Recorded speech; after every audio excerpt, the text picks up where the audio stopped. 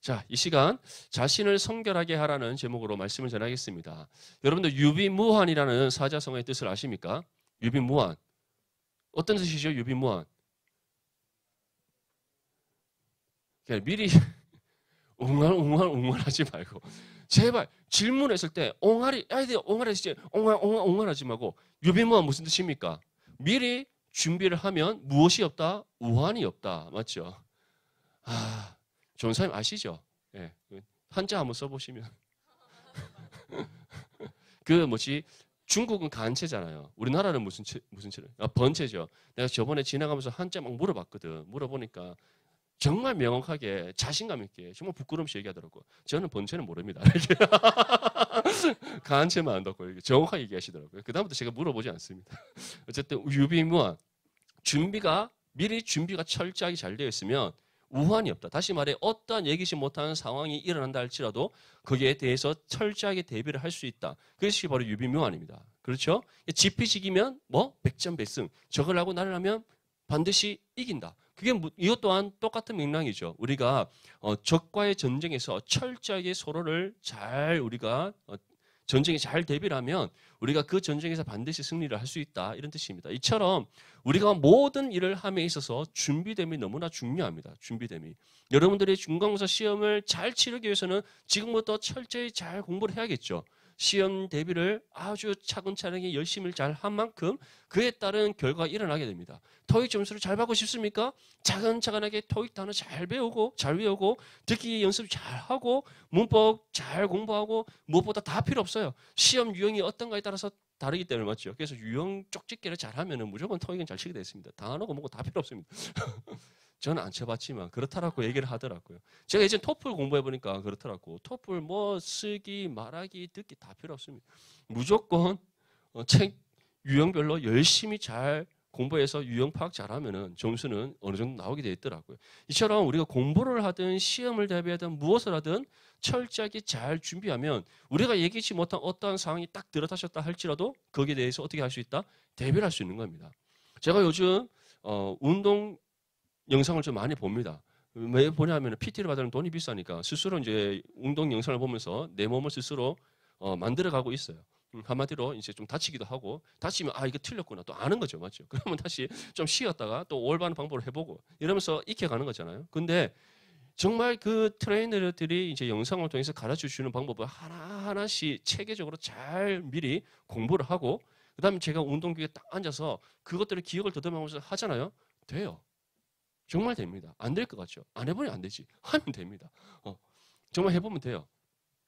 그만큼 우리가 운동을 하든지 공부를 하든지 우리 음악을 하든지 무엇을 하든지 우리가 철저하게 잘 준비를 하면은 우리가 그에 따른 반드시 결과를 가지게 된다라는 거예요. 왜 이 말씀을 전하는가? 오늘 우리가 읽었던 이 본문 말씀에 보면 하나님께서 이제 요단강을 건너기 이전에 이스라엘 백성들에게 무엇을 명령하셨죠? 이미 그 이전부터 하나님께서 시딤에 이르렀을 때부터 여호수아를 부르시고 새로운 지도자를 세우신 그때로부터 하나님께서는 계속해서 이스라엘 백성들을 어떻게 하셨다? 준비시키는 과정을 주셨다는 겁니다. 하나님께서 이제 여호수아를 통해서 이스라엘 백성들에게 시딤에 머물러 있을 때 이와 같이 명령하셨습니다. 여호수아서 1장 11절 말씀에 진중에 두루다니며 그 백성에게 명령하여 이르기를 양식을 준비하라. 사흘 안에 너희가 이 요단을 건너 너희의 하나님 여호와께서 너희에게 주사 차지하게 하시는 땅을 차지하기 위하여 들어갈 것임이니라 하라. 하나님께서 이스라엘 백성들이 이제 요단을 건너 가나안 땅을 정벌하러 가기 이전에 가장 먼저 준비하게 하신 것은 무엇입니까? 가장 먼저 준비하게 하신 거. 먹을 양식을 준비하라는 것입니다. 먹을 양식. 왜냐? 이시에 요단을 건너 가나안 땅에 들어갔을 때 그 가나안 땅에서의 정복의 생활이 얼마나 길어지게 될지 아무도 예상하지 못합니다. 그래서 하나님께서는 지금 이스라엘 백성들이 비축할 수 있고 준비할 수 있는 모든 양식을 하나님께서는 다 준비하라는 겁니다. 전쟁을 치르고 가나안 땅에서의 그런 모든 정복 전쟁을 펼치는 그 모든 여정 속에서 부족함이 없도록 너희들이 줄이지 않고 굶지 않도록 철저하게 먹을 양식을 준비하라고 했어요. 그리고 또 무엇이라고 말씀합니까? 너에게 주사 차지하게 하신 땅을 차지하기 위해 들어갈 것이니라. 근데 그 들어감에 있어서 그들이 그냥 들어갑니까? 그렇지 않죠? 그 땅에서 그들이 생활할 모든 생필품도 다 챙겨야 되는 거예요. 그뿐 아니라 거기 땅에 들어가서는 무엇을 감당해야 됩니까? 전쟁을 감당해야 됩니다. 그렇다면 지금 그들이 준비해야 될 것은 3일 동안 어떤 것을 준비하라? 먹을 양식, 그리고 생필품, 마지막으로 전쟁에 필요한 모든 무기들과 이런 장비들 다 준비하라는 거예요. 그리고 구체적으로 며칠까지 준비하라고 하나님께서 날짜까지 정해 주셨죠. 며칠 동안? 3일 동안. 이것을 통해서 우리가 무엇을 알 수 있습니까? 하나님께서 우리를 통해 어떠한 일을 행하고자 하실 때 반드시 우리를 준비시키는 과정이 있다라는 거예요. 준비시키는 과정. 하나님께서 우리를 준비시키지 않고 우리에게 어떠한 일을 맡기실 것 같습니까? 그렇지 않아요. 예수님께서 12 제자들과 몇 년 동안 함께 공생애를 감당하셨습니까? 몇 년 동안, 예수님께서 제자들과 몇 년 동안 함께 하셨어요? 3년. 갑자기 3, 4, 이렇게 하지 말고 몇 년? 3년. 3년 동안 감당하셨어요. 3년 동안 제자들이 예수님과 먹고 마시고 자고 그리고 함께 모든 사역들을 감당했습니다. 그러면서 예수님으로부터 직접 말씀의 가르침을 받았고 예수님께서 행하시는 놀라운 능력을 그들의 눈으로 보았고 또 몸소 하는 예수님께서 이루시는 그 신적인 권능을 그들이 경험했습니다. 근데 3년 동안 예수님과 공생의 생활을 함께 했음에 불구하고 잡히시던 날 밤, 예수님께서 십자가의 고난과 형벌과 죽음을 감당하시기 위해 잡히시던 그날 밤 어떻게 됐습니까? 제 아들이 주님 품에 함께 남으면서 주님 우리 끝까지 십자가 함께 지겠습니다. 있었습니까? 없었습니까? 아무도 없었죠. 그날 밤에 베드로가 무엇이라고 얘기했어요? 주님 나 절대로 주님 버리지 않겠습니다. 나 주님과 끝까지 함께 할 겁니다. 주님 절대로 주님 죽도록 내버려두지 않겠습니다. 예수님께서 무엇이라고 말씀하셨어요? 너 닭 울기 전에 나를 몇 번 부인한다? 3번 부인한다. 근데 실제로 베드로가 막 처음에는 칼을 빼두고 맞죠? 제사장의 종의 귀를 자르고 온몸을 다해 예수님을 말같이 해놓고는 가장 먼저 쌩하게 도망쳐 버렸잖아요, 맞죠? 그리고 베드로뿐만 아니라 어떤 사람 모든 제자들이 다 주님의 품을 떠나버렸더라. 그런데 그것이로 끝났습니까? 제자들이 주님의 품을 떠나버린 것이 끝났습니까? 그렇지 않죠.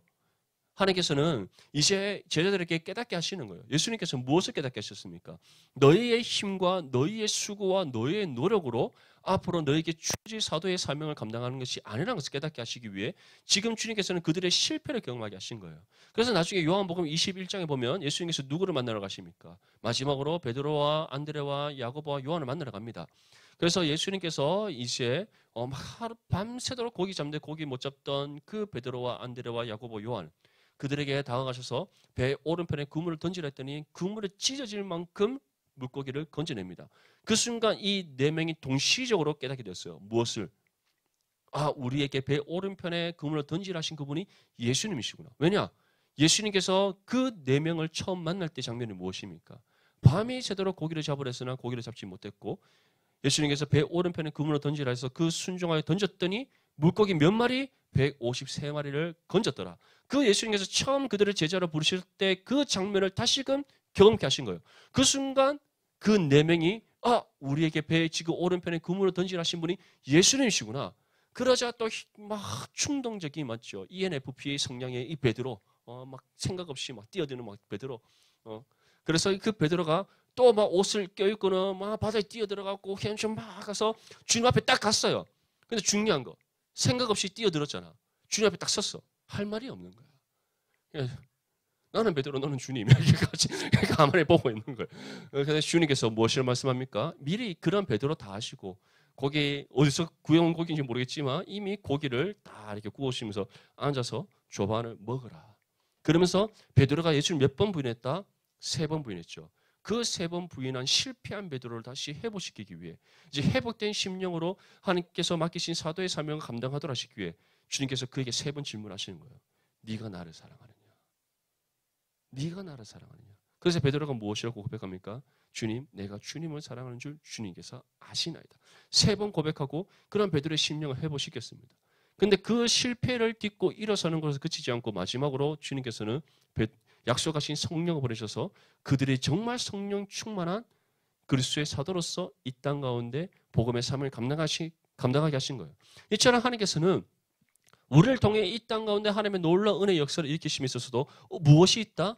하나님께서 우리를 준비시킴이 있는 거예요. 근데 이시에 요단을 건너 가나안 땅을 정복하러 가야 될 이스라엘 백성들을 이렇게도 하나님께서는 똑같이 무엇을 행하셨다?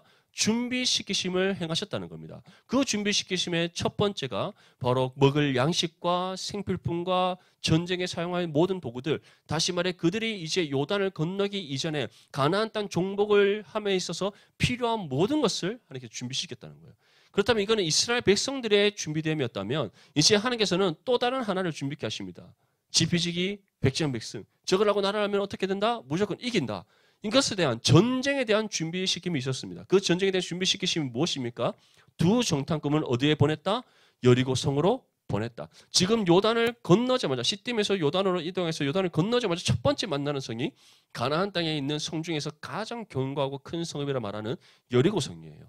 그 여리고 성을 정탐하러 2명을 보냅니다.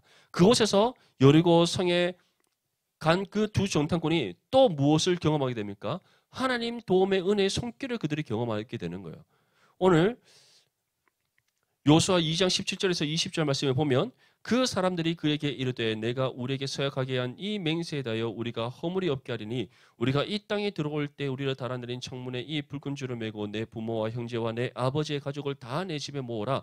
누구든지 내 집 문을 나가서 거리로 가면 그의 피가 그의 머리로 돌아갈 것이요 우리는 허물이 없으리라. 그러나 누구든지 너와 함께 집에 있는 자에게 손을 대며 그의 피는 우리의 머리로 돌아오려니와 내가 우리의 이 일을 누설하며 내가 우리에게 서약하게 한 맹세에 대하여 우리에게 허물이 없으리라 하니.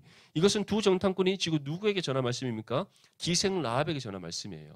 두 정탐꾼이 여리고 성을 갔는데 그것을 정탐을 하고 있는 중에 어떠한 일이 발생합니까?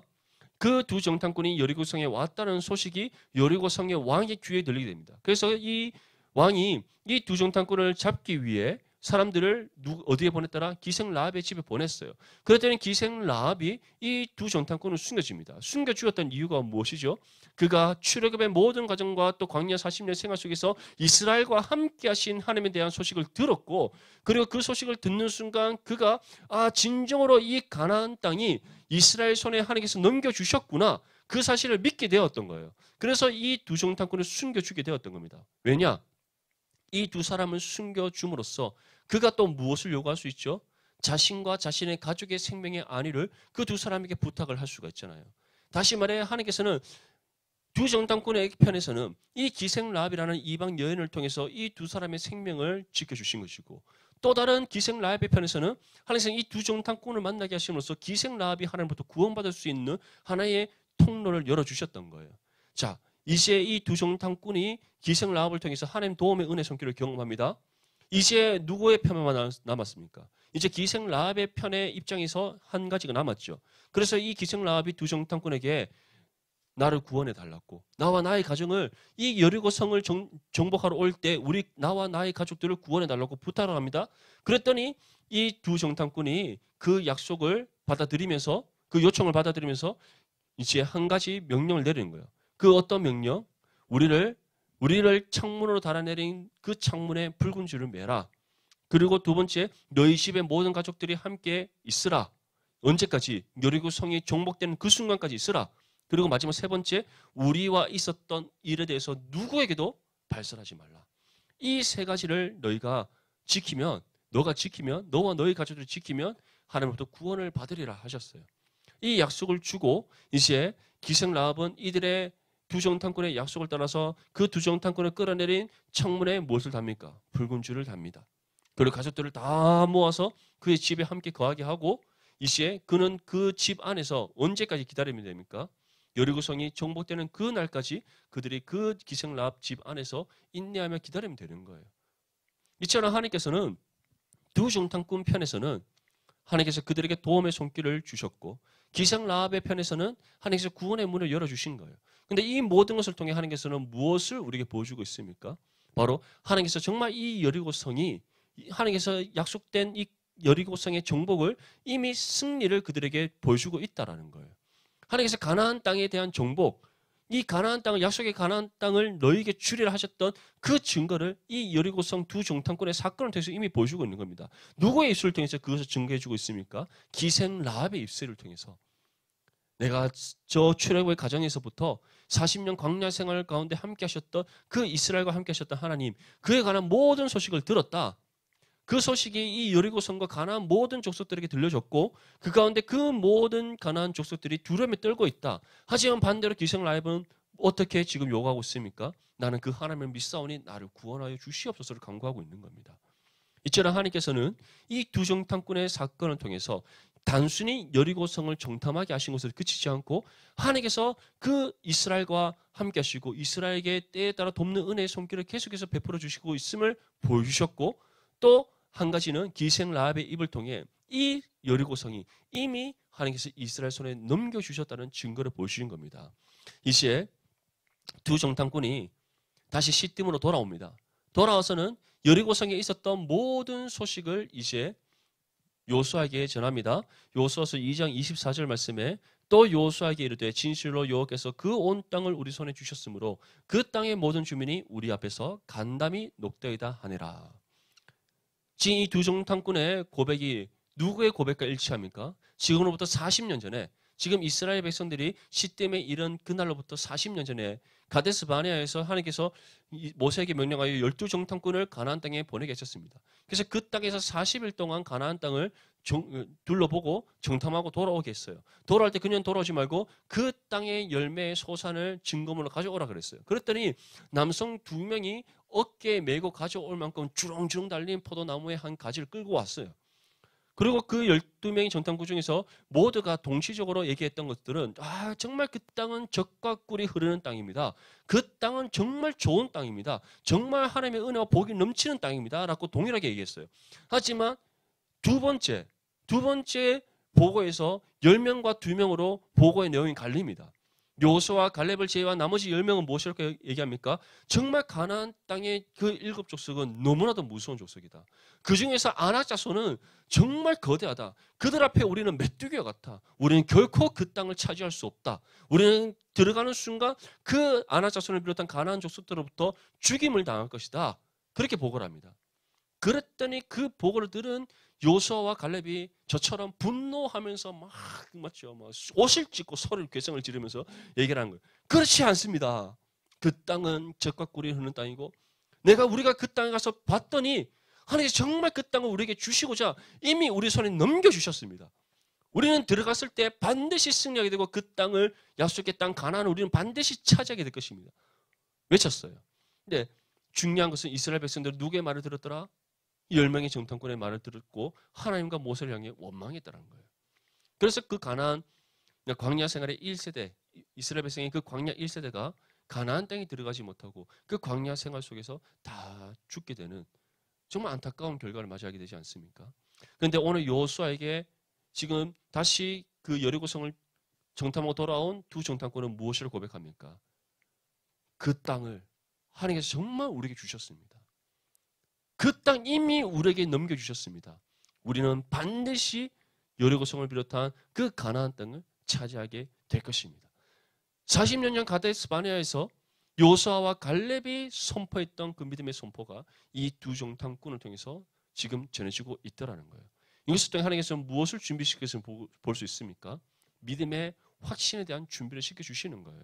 두 정탐꾼의 그 보고를 통해서 또는 그 두 정탐꾼은 여리고성에서 누구의 고백을 통해서 기생 라합의 보고를 통해서 하나님께서 단순히 여리고성을 정탐하게 하신 것이 아니라 그곳에서 실제적인 하나님의 약속의 증거 이 여리고성을 비롯한 가나안 땅을 이스라엘에게 이미 주셨다. 그 땅을 반드시 차지하게 하실 것이라는 그 믿음의 확신을 갖도록 하시기 위해 기생 라합의 입술을 통해서 그 땅의 상황을 듣게 하시고 이제는 두 정탐꾼을 통해서 그 땅에서 보고 들은 바를 지금 믿음의 담대한 선포로 전하게 하셨다는 거예요. 어떠한 믿음의 선포입니까? 하나님께서 그 땅을 이미 우리에게 주셨다라는 믿음의 보고예요. 이 믿음의 보고를 통해 이스라엘 백성들은 무엇을 갖게 됩니까?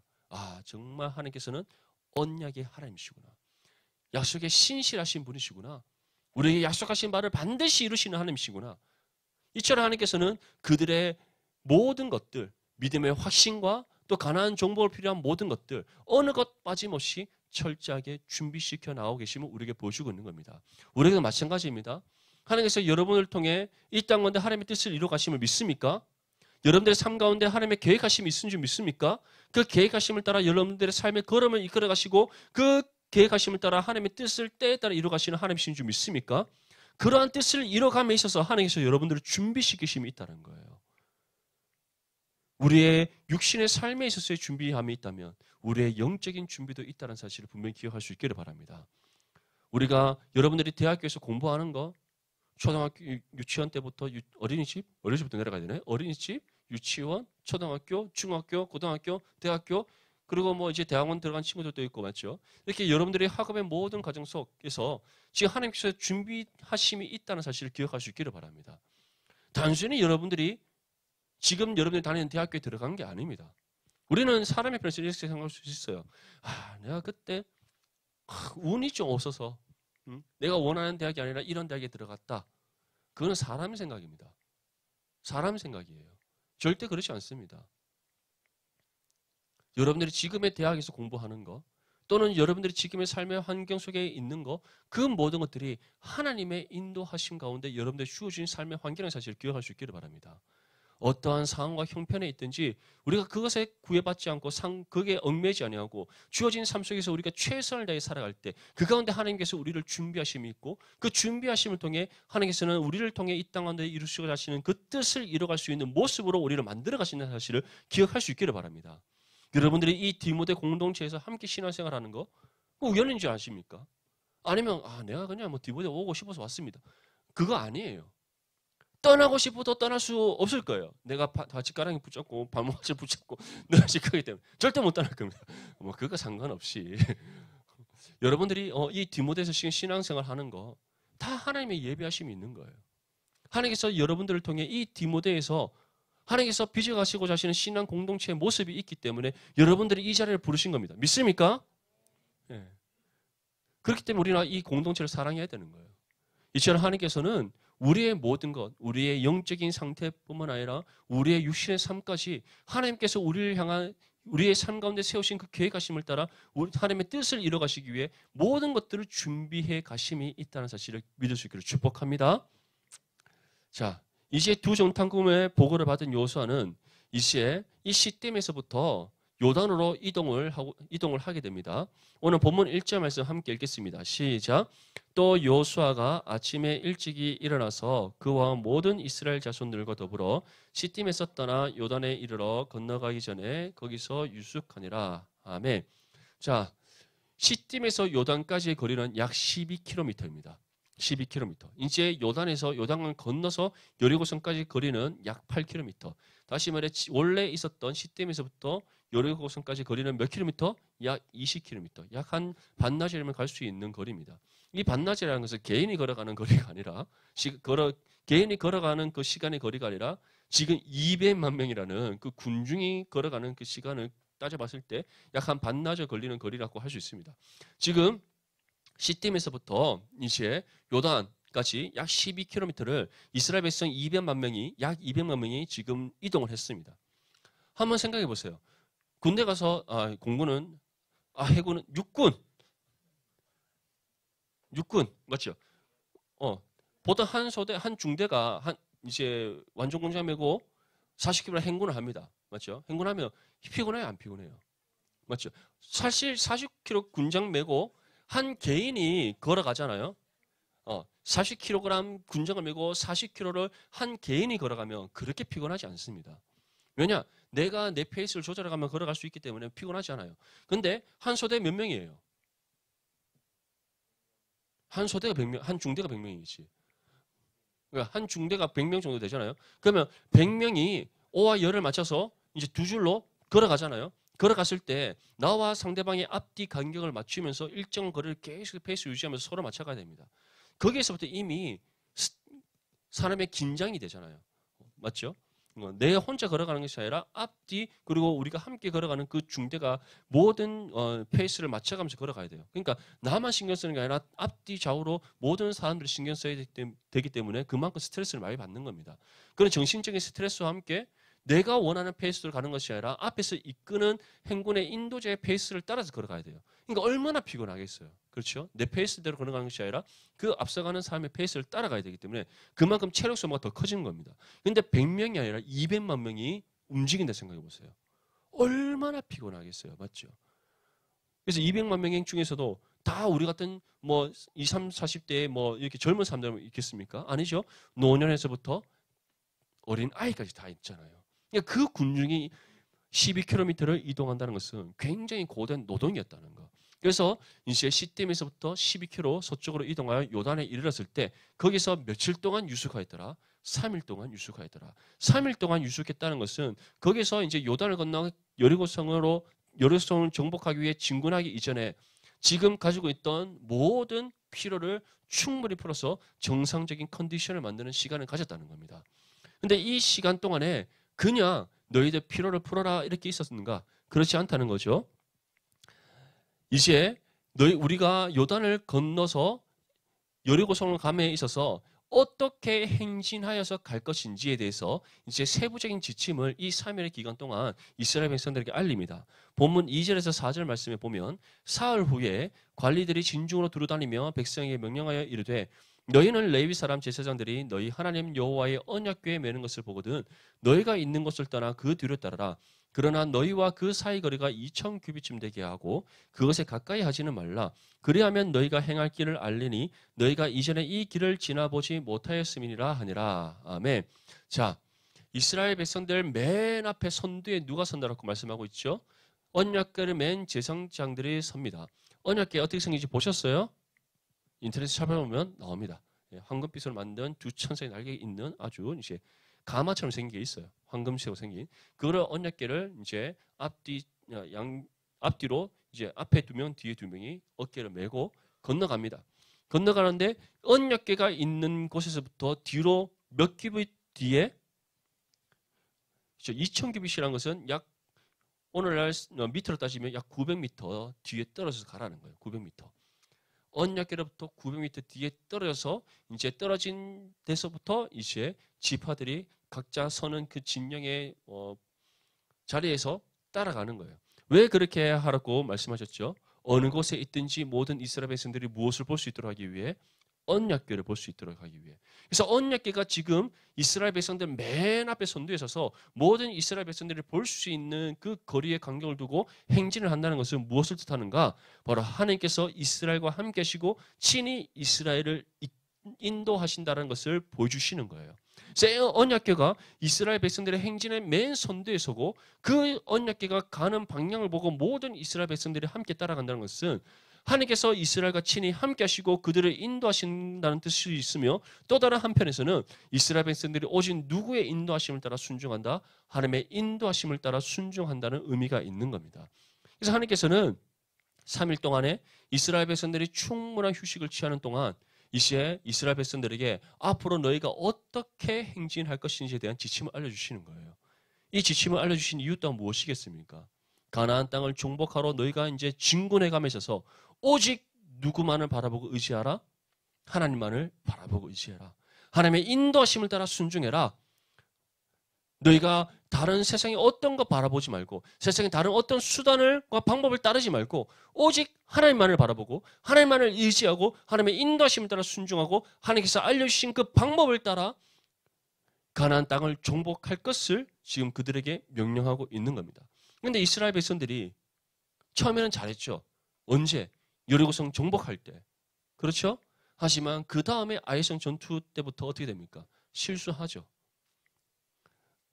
왜 그런 모습들을 우리에게 보여줄까요? 우리가 아무리 우리 스스로 하나님의 명령을 따라 철저히 준비한다 할지라도 우리는 연약하기 때문에 여전히 죄악된 육신의 죄악된 몸을 입고 있기 때문에 실수할 수 있다는 거예요. 하지만 그 가운데 하나님께서는 다시 우리를 어떻게 하신다? 회복시키신다. 이렇게 세우신다. 그리고 다시 우리에게 하나님의 뜻과 방법을 알려주시고 그 뜻에 따라 순종하게 하심으로써 하나님 뜻을 이루는 삶을 살아가게 하신다. 그것을 또 여리고성을 비롯한 이제 그 이후에 나타나는 가나안 땅 정복의 상황 속에서도 하나님께서 보여주시는 거예요. 하지만 오늘 이 시간 중요한 것은 무엇이다?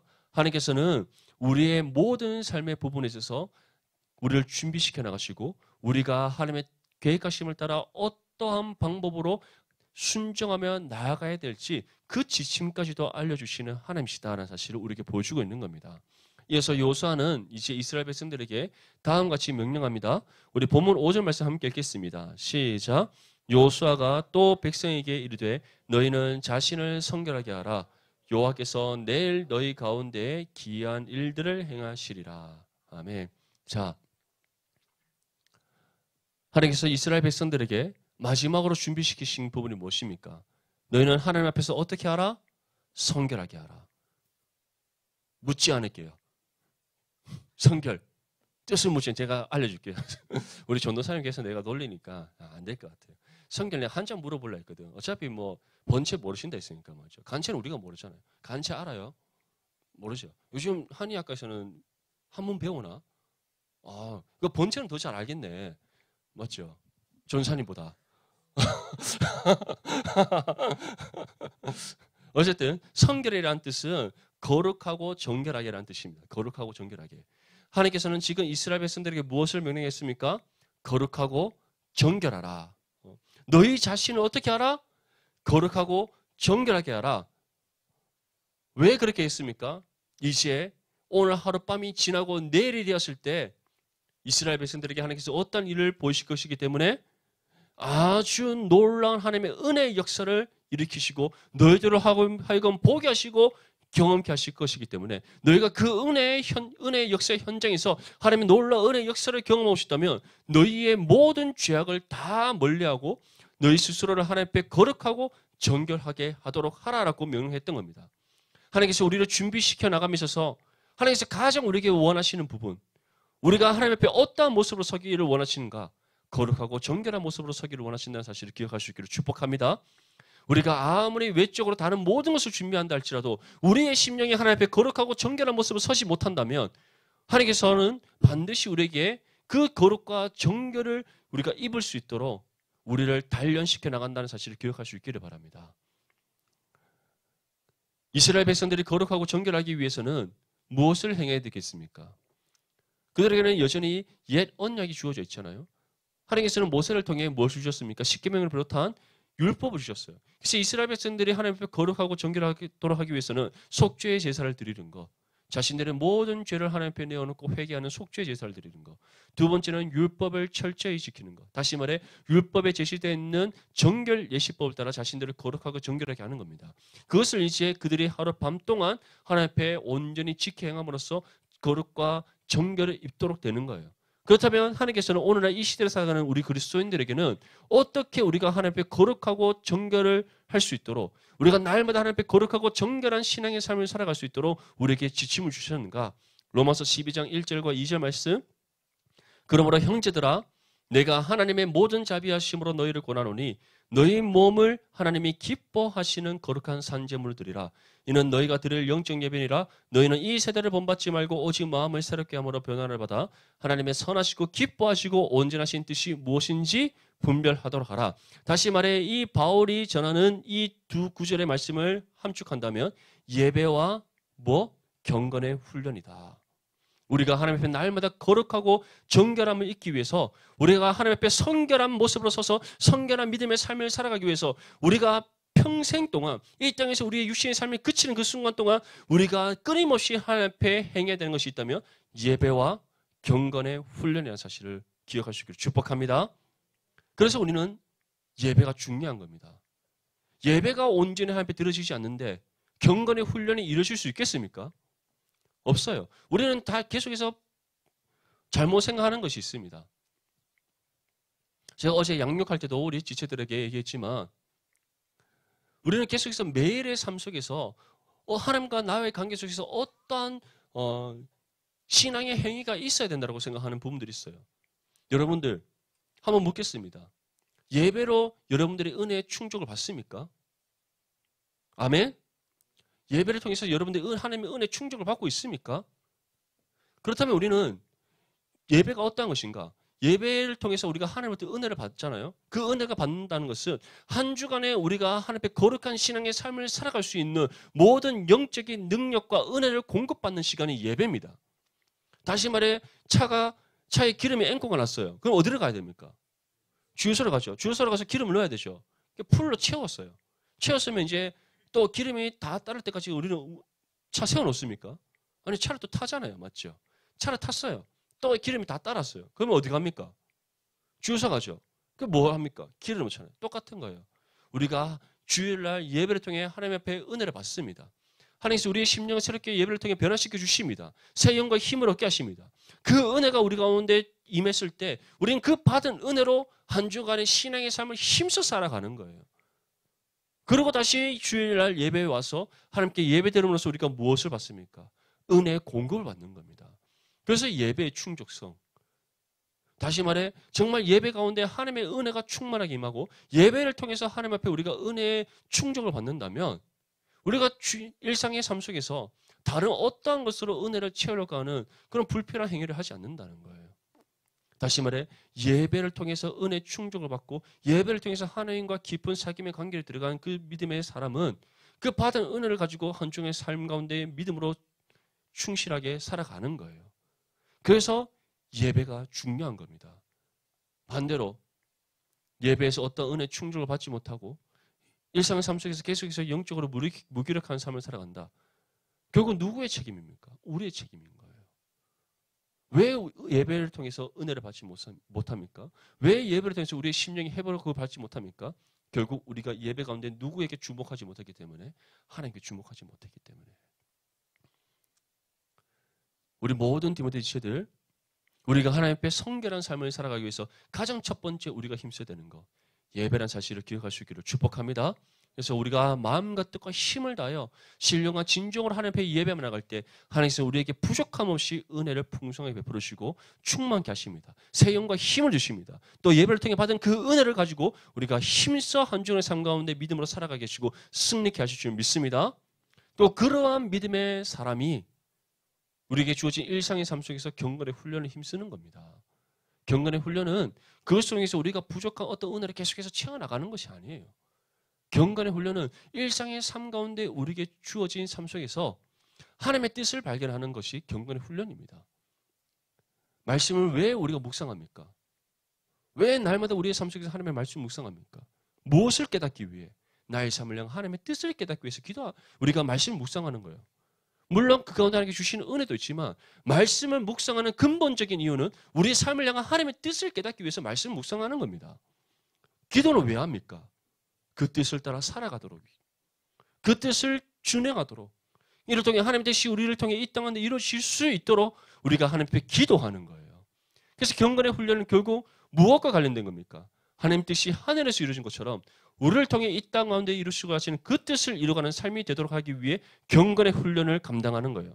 그렇게 하나님의 뜻을 이뤄가면 이뤄갈수록 우리는 더욱더 하나님과 깊은 영적인 사귐 속에서 하나님과 교통하고 동행하는 삶이 되고 그러한 우리의 삶을 가리켜 사도 바울은 그리스도의 장성한 분량이 이런 우리의 신앙이라고 표현을 하는 겁니다. 이 사실을 믿습니까? 분명히 기억하십시오. 예배에 성공한 믿음의 성도는 일상의 삶 속에서 경건의 훈련에 힘쓰게 됩니다. 이를 통해 하나님의 뜻을 바르게 분별하여 이 세대를 본받지 아니하고 하나님의 선하시고 기뻐하시고 온전하신 뜻을 따라 살아가게 됩니다. 그리고 그 뜻을 온전히 준행하여 하나님의 뜻이 우리 통해 이 땅을 이루어질 수 있도록 기도를 쉬는 죄를 범하지 않게 됩니다. 그래서 가장 중요한 것은 무엇이다? 예배다. 사랑하는 우리 모든 디모데 지체들 예배에 힘쓸 수 있기를 바랍니다. 예배에 승리할 수 있기를 바랍니다. 이를 통해 여러분들의 일상의 삶 속에서 경건의 훈련이 이루어져서 언제나 여러분들의 신앙이 그리스도의 장성한 분량이 이루고 또 이 땅 가운데 하나님의 뜻을 이루어가는 믿음의 삶이 될 수 있기를 바랍니다. 무엇보다 여러분들이 이와 같은 예배와 경건의 훈련을 통해 더욱더 하나님 앞에 성결한 믿음의 모습으로 세워져서 하나님께서 원하시는 바 그 뜻에 합당한 믿음의 모습으로 준비되어지고 이 땅 가운데 하나님의 뜻을 온전히 이루어 주님께 영광 올려드리는 거룩한 믿음의 삶이 될 수 있기를 주님의 이름으로 축복합니다. 마지막으로 우리 본문 6절 말씀 함께 읽겠습니다. 시작. 요수아가 또 제사장들에게 말하여 이르되 언약궤를 백성에 앞서 건너라 하매 곧 언약궤를 메고 백성에 앞서 나아가니라. 아멘. 모든 준비를 다 마치게 하신 이후에 또 이스라엘 백성들이 하나님의 명령을 따라 모든 준비를 다 마친 이후에 그 마지막 준비가 무엇이죠? 하나님 앞에 자신을 성결하게 하는 것. 그 모든 준비가 다 끝나고 난 이후에 이 시에 마지막으로 하나님의 최종적인 명령이 떨어집니다. 그 명령이 무엇이죠? 언약궤를 맨 제사장을 비롯하여 모든 이스라엘 백성들이 어떻게 하는 거? 가나안 땅을 향하여 진군하는 겁니다. 사랑하는 우리 디모데 지체들, 여러분들이 하나님께서 원하시는 바 그 뜻에 합당한 모습으로 세워지고 준비되어졌을 때 하나님께서 여러분들에게 분명히 알려주십니다. 여러분들의 걸음을 어디에 디뎌야 할지, 또 어디를 바라보고 가야 할지, 여러분들을 향한 하나님의 그 세우신 믿음의 표대가 무엇인지 보게 하시고 그 표대를 향하여 어디로 가야 될지 그 길을 알려주시고 그 길을 따라 여러분들의 걸음을 어떻게 디뎌야 될지 하나님께서 보여주신다는 사실을 기억할 수 있기를 바랍니다. 그렇기 때문에 우리가 무엇이 필요하다? 하나님 앞에 준비됨이 필요하다. 그 준비됨에 있어서 가장 중요한 거, 우리가 어떠한 모습으로 준비되어지는 거? 성결한 모습으로. 그렇게 성결한 믿음의 모습으로 우리가 준비되기 위해 예배와 경건의 훈련에 우리가 힘써야 되는 사실을 다시금 믿고 여러분들이 정말 성결한 하나님의 자녀로 준비되어져서 이 땅 가운데 하나님의 뜻을 이뤄가는 믿음의 자녀들이 될 수 있기를 주님의 이름으로 축복합니다.